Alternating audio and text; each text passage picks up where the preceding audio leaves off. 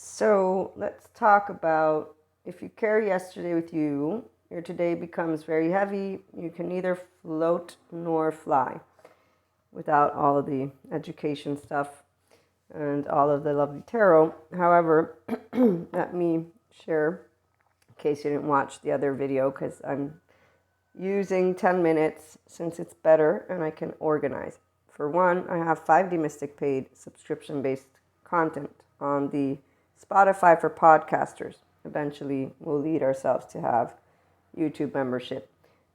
Two, there's also, though, functional adult love language, because learning how to be in the space of the lovely 5D collectives and mastery is where we get to practice it with you and I. And those beautiful polysecure or monogamous relationships for those who are not polysecure. Now, if you're only in the polyamory, it would mean you know that you're not yet a fully secure attachment person, not a race.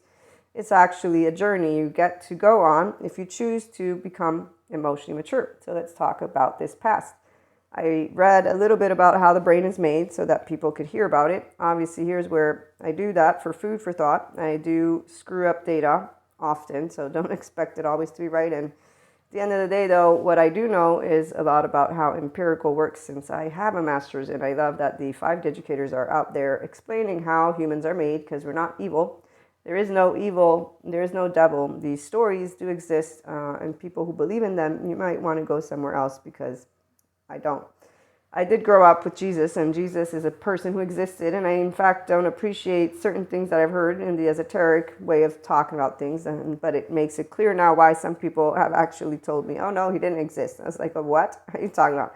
And obviously, here's where nobody's a dead, sure idiot of the 5D collective, so I raise my hands. I'm intelligent, I wander, and I leave it alone, because at the end of the day, to go and pinpoint on who's right or wrong is the adoptive child. The only person who actually has to struggle in that type of energy is a person who's not aware of their energy body. So they get all pissy. The last time I ever did this was young teenage me and maybe young college me, and that's because I was very passionate. I'm still passionate, but with a mature emotional body now. And here's where, when you move into integration of the brain and restorative embodied self, which is the optimized well-being of a person, and you can naturally do this, it's because you're choosing to be loving and compassionate and to behave as a functional adult. And I began that as a teenager, as a kid, I don't know. I was a differentiated self as a child and told my mother how not to spank me. All my lovely listeners know this story, so I'm not going to go down the story lane again. Independence in this way, Zen Master is kind. Why? Because when somebody's nasty to us, even without said guru, we know how to be unconditionally loving. Why? Because if you're nasty, it means you're upset. Because I'm a human and I have a body like you do. So I can move beyond stereotypes, generalizations, because I believe in humanity, as the 5D collective does. And I believe in the scientific methodology, and that's why we're not flat earthers, but we also respect the group, meaning they've not done anything except for show us that they've come together to try and use their brilliant genius minds instead of using it for the environment or for, I don't know, like that great entrepreneur who's created a business to try and save the coral reef. See, entrepreneurship, it's awesome when you're using it to protect the future. Let's help to make the world a better place for you and for me and for the entire human race for real and not pretend. So how about we stop battling each other? A lot of people love talking about how people, world, and then they go in, about what though? Social, political, religious. Let me think. Are those conversations that are worth fighting about when you're not up on a stand trying to get votes? Which, by the way, when you're up trying to get votes, you shouldn't really be doing a facade of a show. But hey, we all learn. Oh yes, my major, political science. I learned a lot about it, and I don't appreciate facades at all, by the way. So when I see leaders, I don't consider them leaders unless they are expanding consciousness, and that means bringing the world together. And no, we don't need to sacrifice anything, by the way. That's actually an illusion. And it's an illusion of a mind who doesn't want to go beyond and say, no, we're going to do our best to not sacrifice, and versus say we have to because the law of somewhere was made up that you have to. No, we're going to do Dharma. We're going to try and build and be in the reality of let's have all hands together on deck with the minds of people in the now. Oh, you got to hear how many people talk about the now. And then they're like, no, but you can't. Let me think. I'm possible. I love when I hear that sentence. I'm not seeing it put into practice. So the 5D collective in the now all is possible for real, not pretend.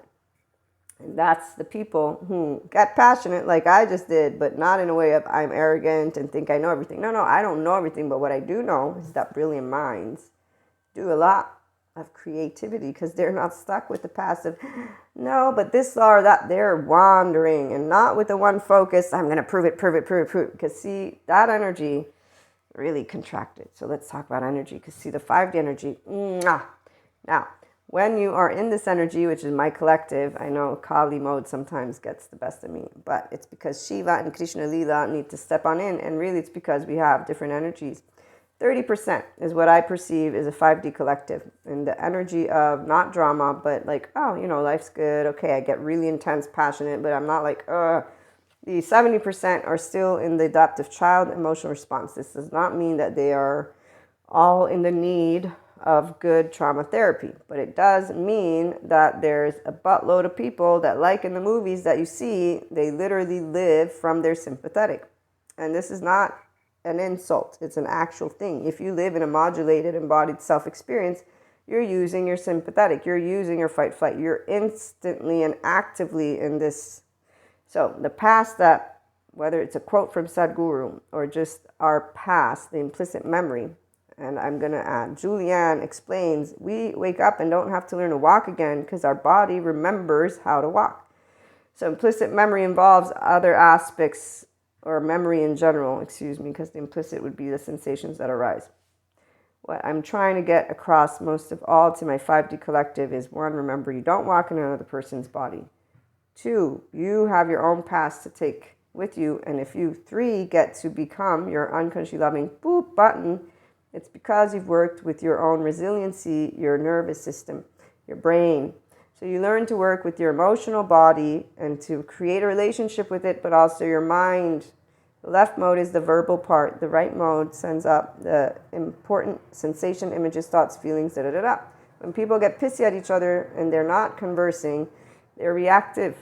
This means that they're in a feeling already of reactivity. The adaptive child, as Terry Real points out, in relationships is not trying to repair or bring harmony. They are actually trying to prove they're right, or they're going to try and prove they're right, or they're going to feel that they're wrong. Doesn't make them happy. Their body is in an emotional charge with an inner child that is trying to prove to you they're right, which means a 2-year-old who's struggling with you, and they don't know it, and people don't know it when they're thinking of people as assholes, versus knowing the basis of what it means to be human. Number 2, they're going to try to control the situation because they're in danger. They feel emotionally in danger. They're not able to handle that emotion and they're using it. They're doing transferences. Why there are no energy vampires. There are no dark auras. There are people who get emotional and they don't know how to handle themselves. 3, once they have not been able to maintain power and control, they're going to make it all about themselves and why you should listen to them and why they're right, whatever it is that they're going to go down. And then 4, they're going to make you out to be the villain, because they're going to retaliate because the body's still protecting the host, you. And 5, they give you this withdrawal silent treatment, which an adult is not going to be like, oh my gosh, now you're not talking to me anymore. All of these are what you see on the movies. 5D collective, we don't do this. We know how to handle it. Don't mean we're nice when people are treating us in certain ways. Don't mean we're nasty. We're not nasty. We will say, you and I are 2 people. And you have a right to your thoughts and your feelings, and I have a right to my thoughts and feelings, and I will maintain the space as an adult shall when you're an adult. I learned this on my own because I care about interactions, but it's because I love having conversations with people who think completely opposite things than me.